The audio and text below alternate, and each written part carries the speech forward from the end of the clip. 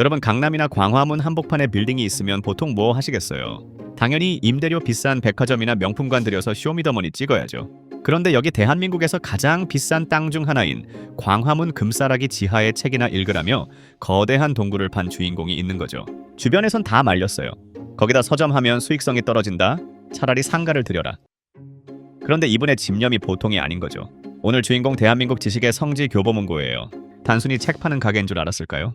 아니요, 이건 한 기업가의 파격적인 결단이자 대한민국 문화의 밸런스 패치 사건인 거죠. 1970년대 말 대한민국 상황은 정말 척박하기 그지없었던 거죠. 경제 성장률은 국가적인 버프를 제대로 받아서 하늘 높은 줄 모르고 치솟고 있었는데 정작 그 경제를 지탱할 사람들의 머릿속은 지독한 가뭄 상태였거든요. 당시 서점이라는 곳을 떠올려 보면 지금처럼 쾌적한 느낌이 전혀 아니었어요. 그냥 동네 어기나 대학가 한 구석에 좁게 자리 잡은 구멍가게 수준이 전부였던 거죠. 대다수 서점은 점원이 책을 꺼내줘야만 볼 수 있는 폐쇄형 구조라 책 한 권 마음 편히 구경하기도 힘들었어요. 사람들은 책을 사고 싶어도 어디에 무슨 책이 있는지 알 길이 없었고 그저 입소문에 의존해서 겨우 지식을 구걸하던 시대였어요. 이건 국가 전체적으로 봐도 엄청난 지식의 병목 현상이자 성장을 가로막는 치명적인 디버프였던 거죠. 물질적인 풍요는 오는데 정신적인 데이터베이스가 구축되지 않으니 나라의 미래가 불투명해 보일 정도였으니까요. 교육에 대한 열망은 전 세계에서 1등인데 정작 그 열망을 한 곳에 모아서 폭발시킬 수 있는 거대 플랫폼이나 인프라가 대한민국 땅 어디에도 존재하지 않았던 거예요.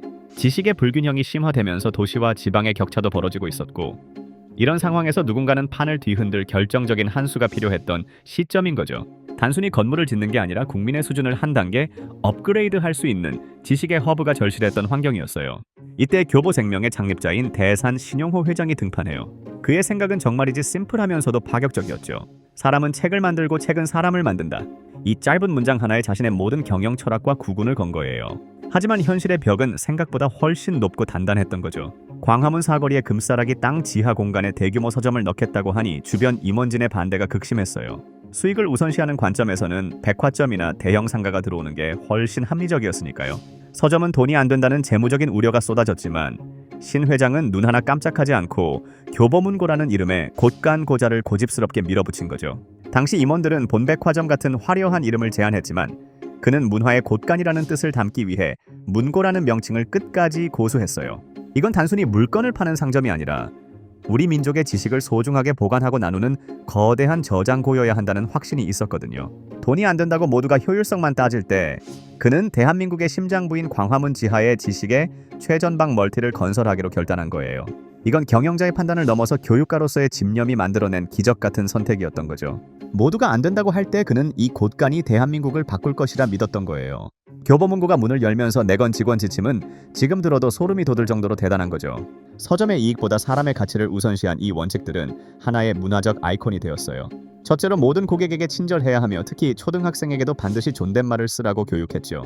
아이들을 미래의 주인공으로 대접한 거예요. 둘째가 진짜 대박인데 아무리 오래 서서 책을 읽어도 절대 눈총을 주지 말라는 거였어요. 셋째는 책을 베껴 쓰더라도 제지하지 말라는 건데 이건 당시 비싼 책값을 감당하기 힘든 학생들에게 큰 희망이 된 거죠. 넷째는 책을 사지 않고 그냥 나가더라도 정중히 인사하라는 것이었고 마지막 다섯째가 백미예요. 목격자가 없는 곳에서 책을 훔쳐가더라도 망신 주지 말고 좋은 곳으로 데려가 타일 넣어서 보내라는 거였죠. 아니 이게 말이 되나요? 장사하는 입장에서 이런 버프를 아무런 조건 없이 막 뿌려도 되는 걸까 싶지만 이건 장사가 아니라 교육이라는 확신이 있었기에 가능했던 거예요. 이런 수칙들이 알려지면서 사람들은 교보문고를 단순한 가게가 아니라 자신들을 존중해주는 고귀한 공간으로 인식하기 시작한 거죠. 브랜드 로열티라는 개념이 생기기도 전에 이미 교보는 사람들의 마음속에 강력한 팬덤을 구축해버린 거예요. 지식을 향한 갈망을 존중해주는 이 따뜻한 규칙들이 결국 교보문고를 대한민국 1등 서점으로 만든 진정한 원동력이 된 거죠. 드디어 1981년 6월 1일 운명의 한타가 광화문에서 시작돼요. 문이 열리자마자 서울 전역에서 사람들이 폭풍처럼 몰려들기 시작하는데 이건 정말 장관이었던 거죠. 누구나 자유롭게 책을 집어볼 수 있는 오픈형 구조는 당시 사람들에게 문화적인 충격이자 혁명이었어요. 1991년과 1992년 대규모 리뉴얼을 거치며 휴게실과 문구 코너를 대폭 늘렸는데 재개장 때마다 수많은 인파가 몰려 광화문 일대가 북새통을 이뤘죠. 대한민국에서 가장 똑똑해지고 싶은 사람들이 모두 이곳으로 모인 거예요. 층고를 높이고 조명을 개선해서 책을 읽기에 가장 최적화된 환경을 제공하니 사람들은 시간 가는 줄 모르고 지식의 바다에 빠져들었죠. 책 냄새와 사람들의 열기가 뒤섞여 만들어낸 그 특유의 분위기는 교보문고를 단순한 건물이 아닌 대한민국 지성의 성지로 격상시켰어요. 곳간이라는 이름에 걸맞게 수십만 권의 책이 빼곡하게 들어찬 모습은 그 자체로 압도적인 아우라를 풍기며 독서 문화의 새로운 장을 활짝 연 거죠. 특히 2010년 리뉴얼 때는 하루 11만 명이라는 기록적인 인파가 몰리며 서점이 단순한 상업 공간을 넘어선 국가적 문화 랜드마크임을 다시 한번 증명했어요. 지식을 향한 사람들의 갈증을 해소해주는 거대한 오아시스가 탄생한 순간이었던 거죠. 평화롭던 지식의 성지에도 거대한 위기가 찾아온 시점이 있었죠. 1990년대 후반 인터넷이 보급되면서 온라인 서점들이 우후죽순 생겨난 거예요. 그들은 매장 유지비가 들지 않는다는 장점을 내세워 파격적인 가격 할인으로 교보문고를 압박하기 시작했죠. 오프라인 서점은 이제 구시대의 유물이고 종이책의 종말이 올 거라는 비관적인 전망이 쏟아지며 교보문고의 시스템에 커다란 너프가 걸린 상황이었어요. 사람들은 이제 무거운 책을 들고 집에 갈 필요 없이 클릭 몇 번으로 집에서 책을 받는 편안함을 선택하기 시작했죠. 하지만 교보는 여기서 주저앉지 않았어요. 1997년 남들보다 빠르게 온라인 북네트를 구축하며 서버를 확장하고 디지털과 오프라인의 융합을 준비하기 시작한 거죠. 이건 단순히 가격 경쟁에 뛰어드는 게 아니라 지식의 전달 방식을 진화시키겠다라는 선언이었어요. 오프라인 매장이 주는 공간의 경험과 온라인의 효율성을 어떻게 결합할지 고민하며 기술 강화를 위한 투자를 멈추지 않았던 거예요. 모두가 오프라인은 끝났다고 말할 때 교보는 오히려 오프라인의 가치를 재정의하며 반격의 기회를 엿보고 있었던 거죠. 위기를 기회로 바꾸기 위해 디지털 조직을 강화하고 새로운 시대의 독자들과 소통할 수 있는 방법을 끊임없이 연구하며 지식의 곳간을 수호하기 위한 대전쟁을 치른 시기였어요. 급변하는 환경 속에서도 본질을 잃지 않으려는 필사적인 노력이 시작된 거죠. 교보문고가 온라인 서점들의 공세를 막아내고 역전의 발판을 마련한 필살기는 바로 드림 서비스였어요.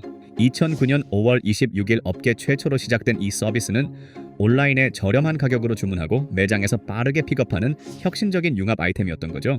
고객들은 온라인의 가격 혜택을 누리면서도 배송을 기다릴 필요 없이 서점의 분위기를 만끽하며 책을 수령할 수 있게 된 거예요. 이건 단순히 배송 시스템의 변화가 아니라 사람들이 다시 서점으로 발걸음을 옮기게 만든 고도의 전략이었어요. 서점에 들러서 책만 받는 게 아니라 다른 책들도 훑어보고 문구류도 구경하면서 서점이 주는 특유의 오감 만족 경험을 다시 일깨워준 거죠. 바로드림은 온라인과 오프라인을 잇는 강력한 가교 역할을 하며 교보문고의 오프라인 매장에 활력을 불어넣었어요. 세상이 아무리 디지털로 변해도 사람들이 서점이라는 물리적인 공간을 방문해야 할 이유를 명확하게 만들어준 신의 한 수였던 거예요. 기술이 사람을 소외시키는 게 아니라 오히려 사람을 공간으로 불러 모으는 도구가 될 수 있다는 것을 교보문고가 몸소 증명해 보인 아주 영리한 강화 전략이었던 거죠. 이 서비스를 통해 교보는 온오프라인 통합 플랫폼으로서의 지위를 더욱 공고히 할 수 있었어요. 편리함과 경험이라는 두 마리 토끼를 모두 잡으며 다시 한번 시장의 주도권을 가져온 결정적인 순간이었던 거죠. 2015년 교보문고는 비즈니스 상식으로는 도저히 이해되지 않는 또 한 번의 사건을 채워요.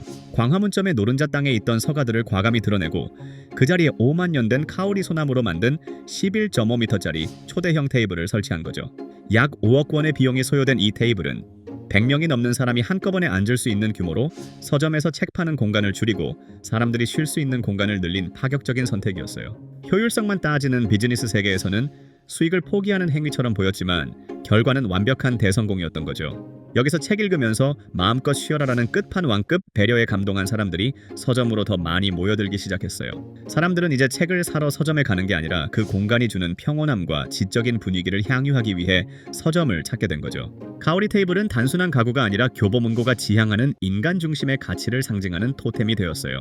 5만 년이라는 유구한 세월을 견딘 나무 위에서 현대인들이 지식을 탐험하는 모습은 그 자체로 하나의 예술적인 풍경이 되었죠. 판매 중심에서 경험 중심 공간으로 전환한 이 대혁명 덕분에 교보문고는 디지털 시대에도 대체 불가능한 오프라인의 성지로 다시 한번 우뚝 설 수 있었던 거예요. 무게 1.6톤의 거대한 나무가 주는 안정감은 바쁜 현대인들에게 위로와 영감을 주는 특별한 선물이 된 거죠. 지금 2026년 현재 교보문고는 단순히 책을 파는 곳을 넘어서 거대한 지식 문화 플랫폼으로 완벽하게 진화해 있어요. 2024년에 선보인 바로 펀딩은 창작자들과 독자들을 직접 연결하며 단행본과 굿즈 제작을 지원하는 혁신적인 시스템으로 자리 잡았죠. 특히 전자책 단말기 쌤7 시리즈는 펀딩 금액 10억 원 이상을 기록하며 목표 대비 약 7,000%라는 놀라운 달성률을 보여주기도 했어요. 여기에 인공지능 기술도 적극적으로 도입했죠. 행동 패턴 기반 추천 인공지능인 큐봇을 시작으로 2026년에는 MD의 전문성을 학습한 트렌드 플레이어스와 맞춤형 추천 서비스인 책봇을 통해 독자들에게 최적의 도서를 제안하고 있는 거죠. 전국 35개의 매장은 지역색을 담은 문화 공간으로 운영되고 있으며 2025년 11월에는 용산 아이파크 몰점을 확장 이전하며 도심 속 문화 오아시스의 규모를 키웠어요. 또한 2026년 3월에는 시각장애인을 위한 이북 접근성 뷰어 기능을 도입하며 사회적 책임을 다하는 ESG 경영의 모범을 보여주고 있는 거죠.